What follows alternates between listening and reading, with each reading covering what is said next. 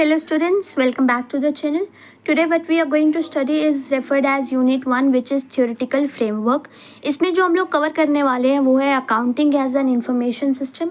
फिर हम लोग करेंगे यूज़र ऑफ फाइनेंशियल अकाउंट. ठीक है, उसकी क्या नीड्स, हम लोग क्यों फाइनेंशियल अकाउंट्स रखते हैं. Then will study qualitative characteristics of accounting information. After that will deal with function, advantages, limitation of accounting. Then branches of accounting and finally basis of accounting which is cash basis and accrual basis. तो इससे पहले हमें पता होना चाहिए कि accounting क्या है. आप देख सकते हो ऊपर डेफिनेशन लिखी है कि अकाउंटिंग एक आर्ट है रिकॉर्डिंग, क्लासीफाइंग और समराइजिंग करने का डाटा को in terms of money. Okay, और proper interpretation to communicate among the users. मतलब अकाउंटिंग एक कला है, ऐसा नहीं है कि अकाउंटिंग मतलब आपका मन किया आज आप अकाउंटेंट बन जाओगे, ऐसा कुछ नहीं है. Accounting is an art. Art को हम लोग क्या कहते हैं, प्रैक्टिस करते हैं. अकाउंटिंग्स जो चीज़ है वो एक अकाउंटिंग बनता है, जो अकाउंटिंग करता है वो प्रैक्टिस के थ्रू ही करता है. तो अकाउंटिंग इज़ आर्ट. किस चीज़ का कला है, रिकॉर्ड करने का. क्या, जो भी ट्रांजैक्शंस हुए उसको रिकॉर्ड करना, क्लासीफाई करना, बांटना कि हाँ भाई ये इनकमिंग है, ये आउटगोइंग है, ये इस तारीख का है, वो उस तारीख का है, और ये जो सब हुआ है उसको समराइज़ करना है एक फॉर्मेट में. और जो हम लोग समराइज़ किए हैं वो पैसों के टर्म में होगा, मतलब पैसों का लेन देन. मेरे अच्छे एम्प्लॉयज़ हैं, मैं ये नहीं लिख सकती हूँ भाई मेरे अच्छे एम्प्लॉयज़ हैं. मेरे अच्छे एम्प्लॉयज़ ने 3 घंटे काम किया जिससे मेरे को 700 रुपया प्रॉफिट हुआ, तो आई रिकॉर्ड दैट 700 रुपया का प्रॉफिट. ठीक है, हमने उसको समराइज़ किया और जो समराइज़ किया हुआ फाइनेंशियल स्टेटमेंट होगा मॉनेटरी टर्म्स में, हम उसे कम्युनिकेट करते हैं किसके अमोंग, फाइनेंशियल यूजर्स के अमोंग. वो यूज़र्स इसे इंटरप्रेटेट करके डिसीजन मेकिंग के लिए हमारे फर्म में इन्वेस्ट करने के लिए उत्सुक होते हैं. I think you are clear with it. चलो अब आगे पढ़ते हैं. यहाँ आप देख सकते हैं कि सबसे पहला टॉपिक है accounting as an information system.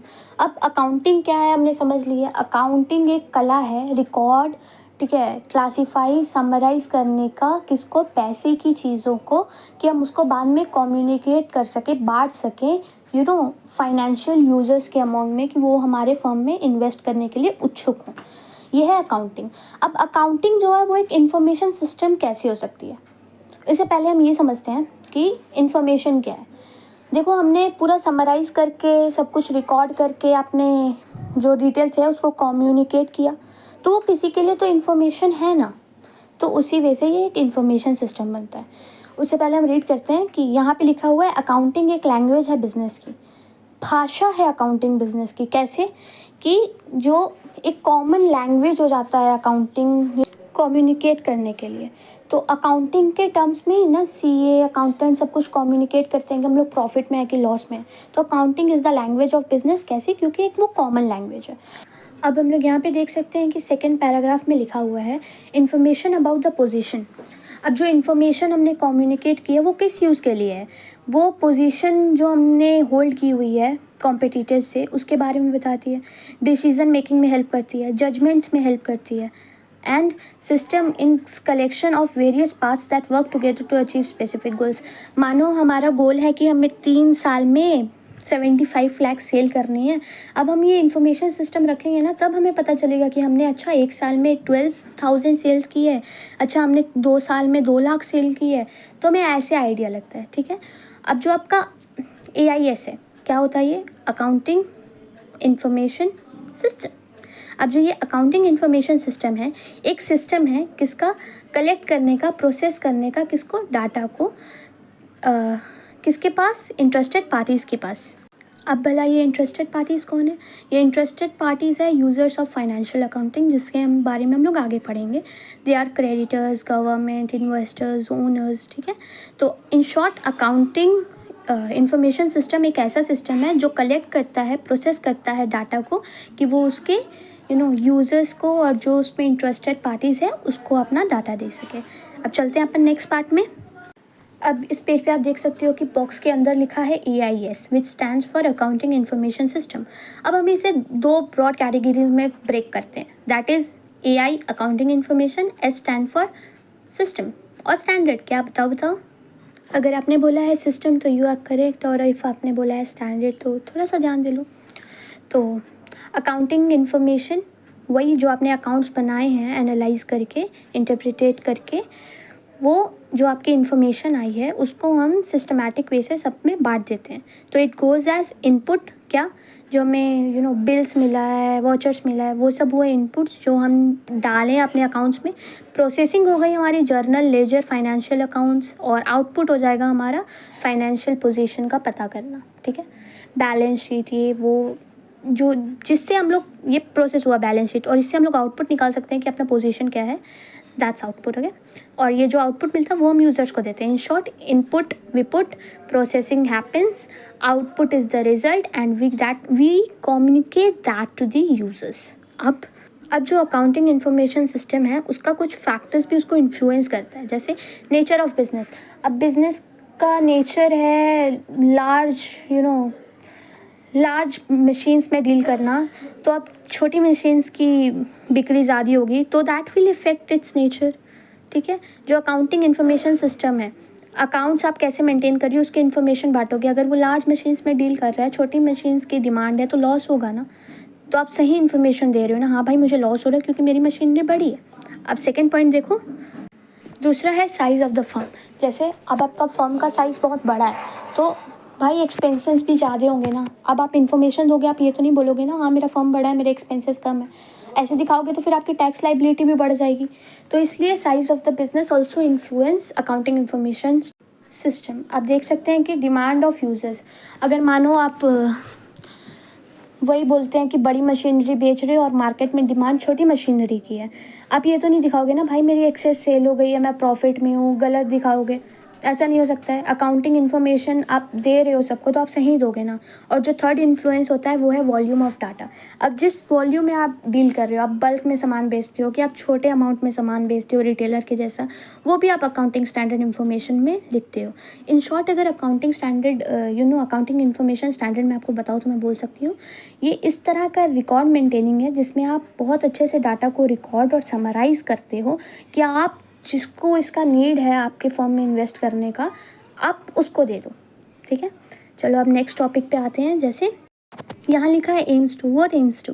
Accounting standard क्या एम करता है? अकाउंटिंग स्टैंडर्ड हम लोग क्यों करते हैं? इसलिए कि जो इन्वेस्टर्स पैसे इन्वेस्ट करने वाले हैं वो हमारे फर्म में इन्वेस्ट करें, हम लोग बैंक से लोन ले सके या क्रेडिटर से लोन ले सके। क्यों? क्योंकि उनको हमारे जो अकाउंटिंग स्टैंडर्ड्स है उस पर भरोसा हो कि हाँ हम रिलायबल रेलिवेंट सोर्स उन्हें दे रहे हैं। और तीसरा है to get raw material from suppliers और फ्रॉम सप्लाई। मतलब अगर हम अकाउंटिंग इन्फॉर्मेशन सिस्टम जो आपका है AIAS, उसमें आप इन्फॉर्मेशन एकदम रिलायबल और अच्छी दे रहे हो और दे कैन ट्रस्ट यू, तो ऐसा होता है कि इन्वेस्टर्स आप पे ज़्यादा इन्वेस्ट कर सकते हैं, आप बैंक से लोन इजीली ले सकते हैं और साथ ही साथ आपको रॉ मटेरियल भी अच्छा मिलेगा। अब नेक्स्ट टॉपिक है यूज़र्स ऑफ फाइनेंशियल इन्फॉर्मेशन। आप सोच रहे होंगे कौन कौन यूज़र्स है? They are broadly categorized into 2 parts, these are external users and internal users. अब इसको डिफाइन करते हैं। External users are the users which are outside the firm. ठीक है, फर्म के बाहर रहते हैं, वो फर्म की वर्किंग में ध्यान नहीं देते हैं बट फर्म की डाटा में इंटरेस्ट रखते हैं। और internal users are the users which are inside the firm, the workers, the owners, the managers, they are very interested. अब एक्सटर्नल यूजर्स का नाम हो जाएगा जैसे सप्लायर्स हो गए, इन्वेस्टर्स हो गए, क्योंकि वो रिस्क लेते हैं, वो ध्यान देंगे ना मुझे कितनी रिस्क है यहाँ पे। गवर्नमेंट क्योंकि वो टैक्स लाइबिलिटी लगाती है तो वो ध्यान देगी ना, हाँ आजकल फर्म्स के रेट ऐसे चल रहे हैं, बहुत प्रॉफिट है तो ज़्यादा टैक्स लेंगे। कस्टमर, अरे वो अब से आप सामान ले रहे हो उससे होगा ना मुझे अच्छा प्रोडक्ट कम पैसों में मिल जाए, तो वो इसलिए आपके फाइनेंशियल स्टेटमेंट्स देखते हैं। बैंक आपको लोन देना आपकी क्रेडिटेबिलिटी देख के देंगे ना, आपकी वर्थीनेस देख के ही देंगे। Same goes with creditors. अब इंटरनल यूजर्स में आप देख सकते हो board of directors, they are the one who sit in the offices and look after the work going on.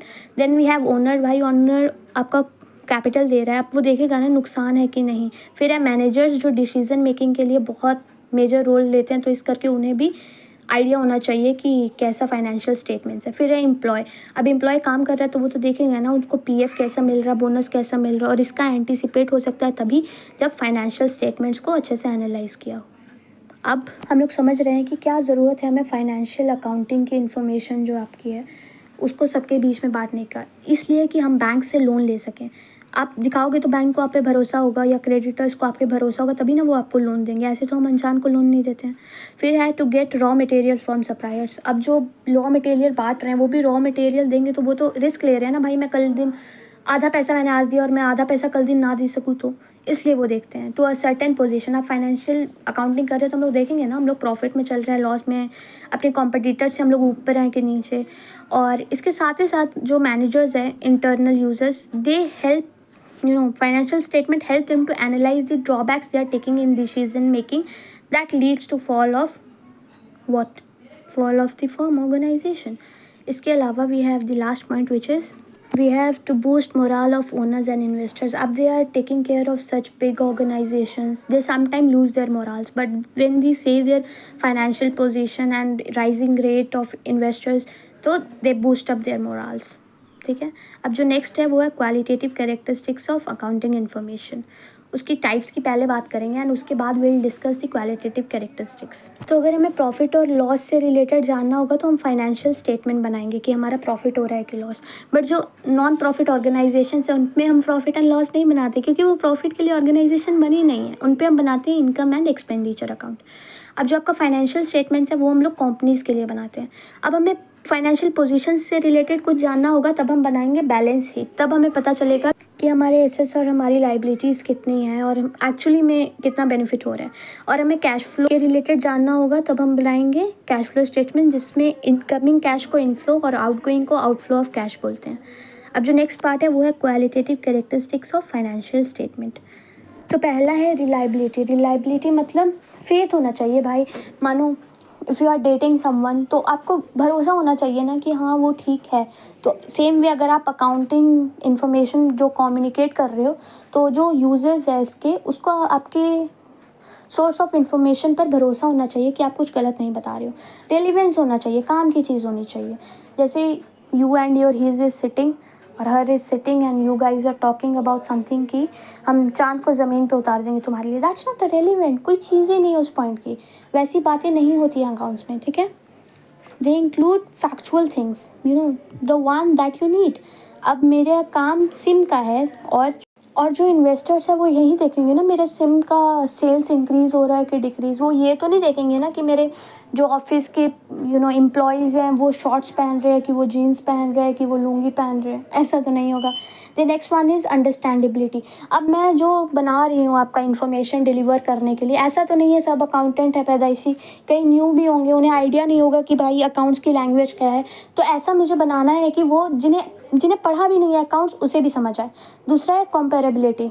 Last thing which is qualitative characteristics of accounting, कि वो compare करने में हेल्प करता है कि लास्ट टाइम आप कैसे थे और इस टाइम आप कैसे हो। ये दोनों में डिफरेंस करने के लिए accounts play a crucial role.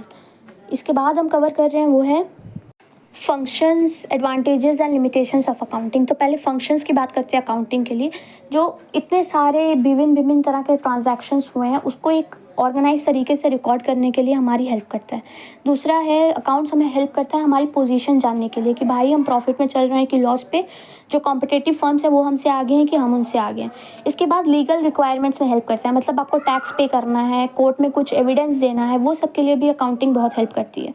इसके बाद असिस्टेंट टू मैनेजमेंट।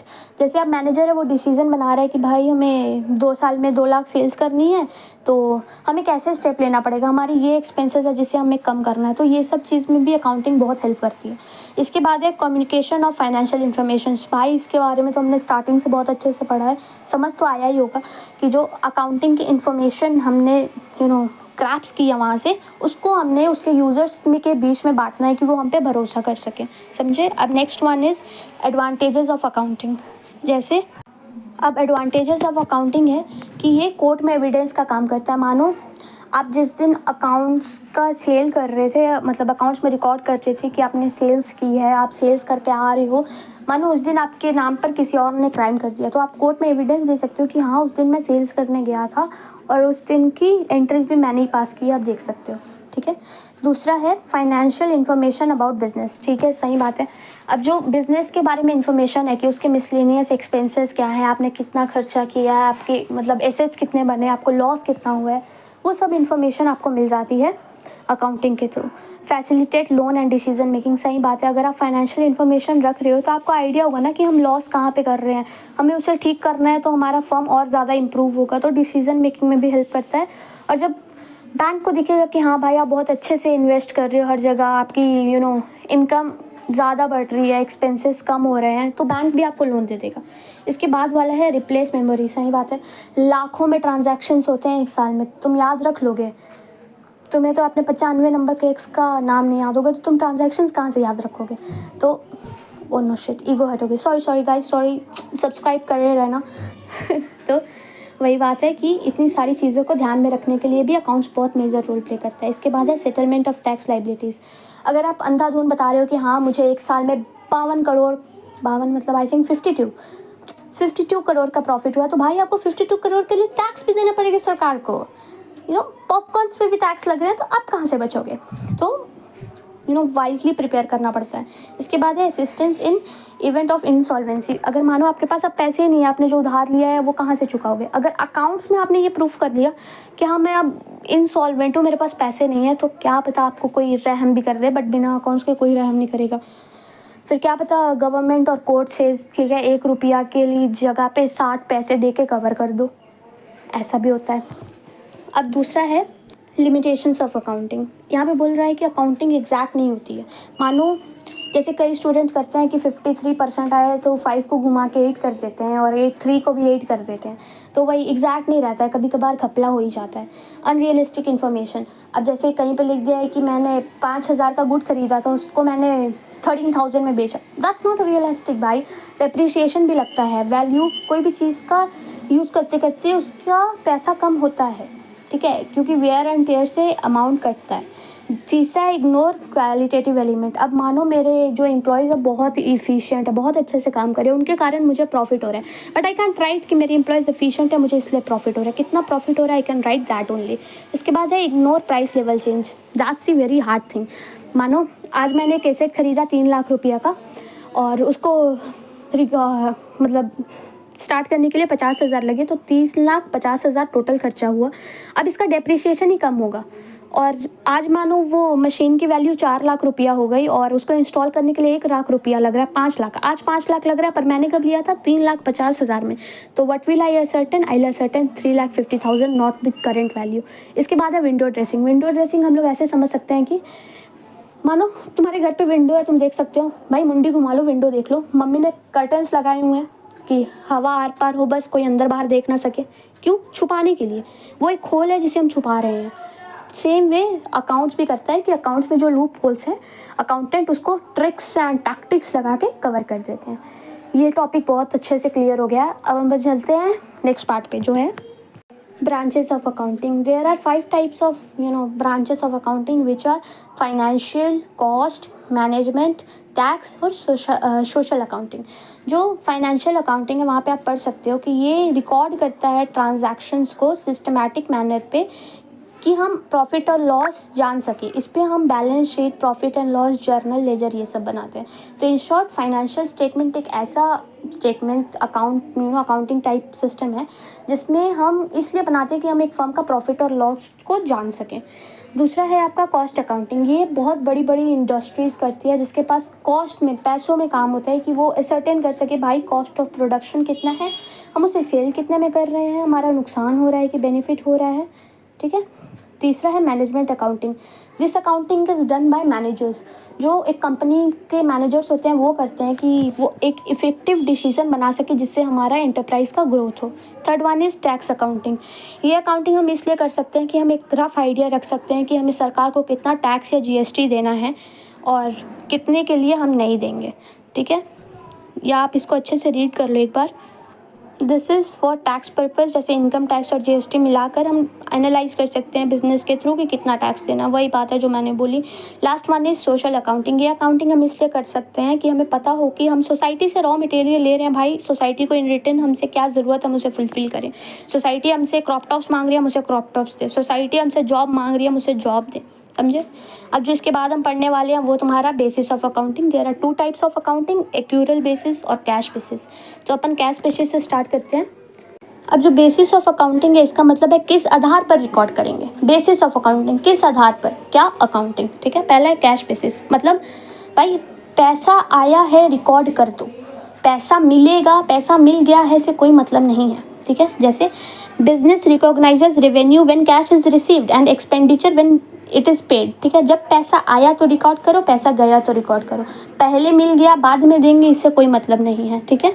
यहाँ पे पैसे ही भगवान है, ठीक है। पैसा नहीं मिला आउटस्टैंडिंग, या पैसा पहले दिया प्रीपेड, कोई मतलब नहीं है, कोई एंट्री नहीं होगा, ठीक है। अब दूसरा है एक्यूरल बेसिस।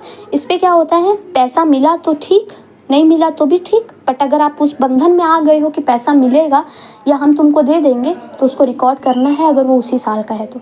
मानो फाइनेंशियल ईयर लेते हैं हम लोग, 1 अप्रैल से 31 मार्च। उस ईयर में अगर मैंने बोल दिया कि मैं राम को 3 लाख रुपया ड्यू है, तो I will give you 3 lakhs before financial year end, तो Ram will record it. By chance उसका नुकसान हो, बाई चांस हम देने से फेल हो जाएं या हम दे दें, तो ही विल रिकॉर्ड एवरीथिंग, ठीक है। तो यहाँ रीड कर सकते हो कि not in respect to cash only, cash के रिस्पेक्ट में नहीं, कि आएगा तो रिकॉर्ड करना है। ट्रांजैक्शंस के रिस्पेक्ट में, मैंने बोल दिया होगा तो रिकॉर्ड कर लो, ठीक है। करंट ईयर के रिलेटेड में होगा, जैसे मैंने बोला, चाहे पेमेंट हो या ना हो रिकॉर्ड करना है, समझ आ गया।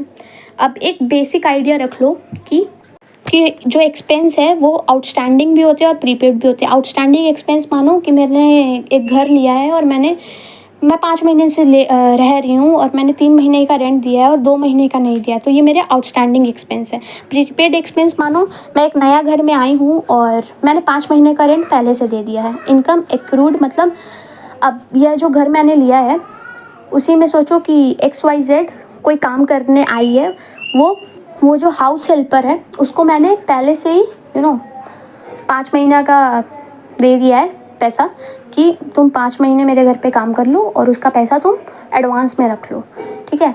This is accrued income.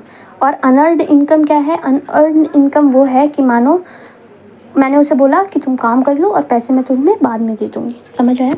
I think the concept is very clear to you guys. यहाँ तक रुके हो तो लाइक शेयर सब्सक्राइब कर दो कि मुझे भी मोटिवेशन हो आगे की चीज़ें बनाने के लिए। जो आपका अकाउंट्स का यूनिट 1 का सब पार्ट 1 है वो ख़त्म हो गया है। So like share and subscribe. Thank you for watching.